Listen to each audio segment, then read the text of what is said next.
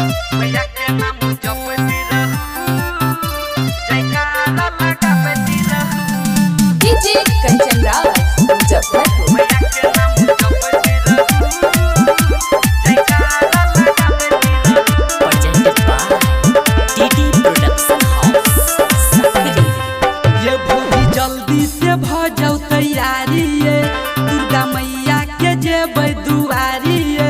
आ गोदी भर जात हर साल आबत रहू,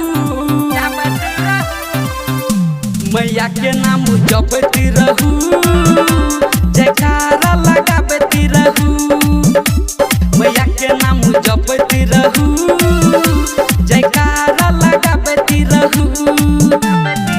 ये भौजी जल्दी से भ जाओ तैयारी ये, दुर्गा मैया के जेबै दुआरी ये।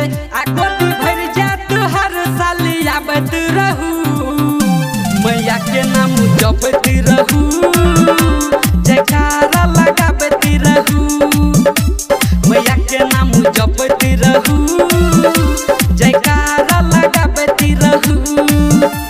मैया के नाम जपती रहू, जयकारा लगावती म्यूजिक बाय विकेश भोजपुरिया।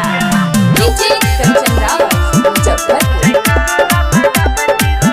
ककेया बोई शेर के सवारी, जानै छै दुनिया सारी।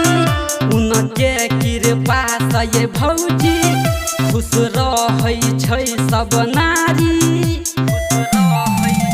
ककेया बोई शेर के सवारी, जानै छै दुनिया सारी।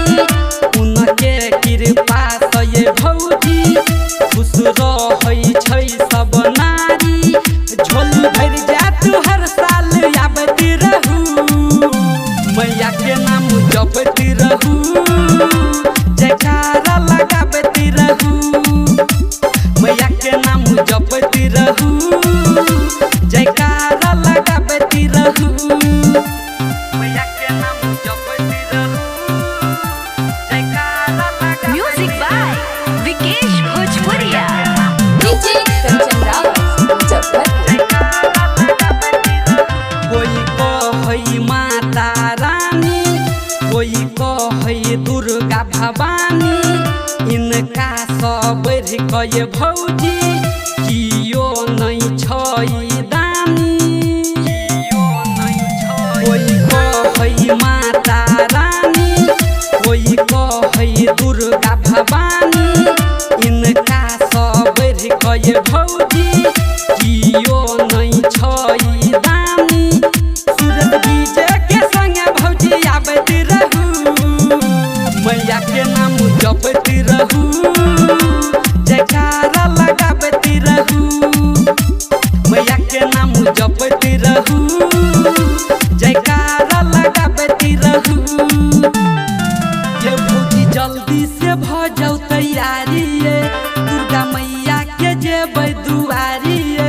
आ गोदी भर जात हर साल आबत रहू, मैया के नाम जपती रहू, जयकारा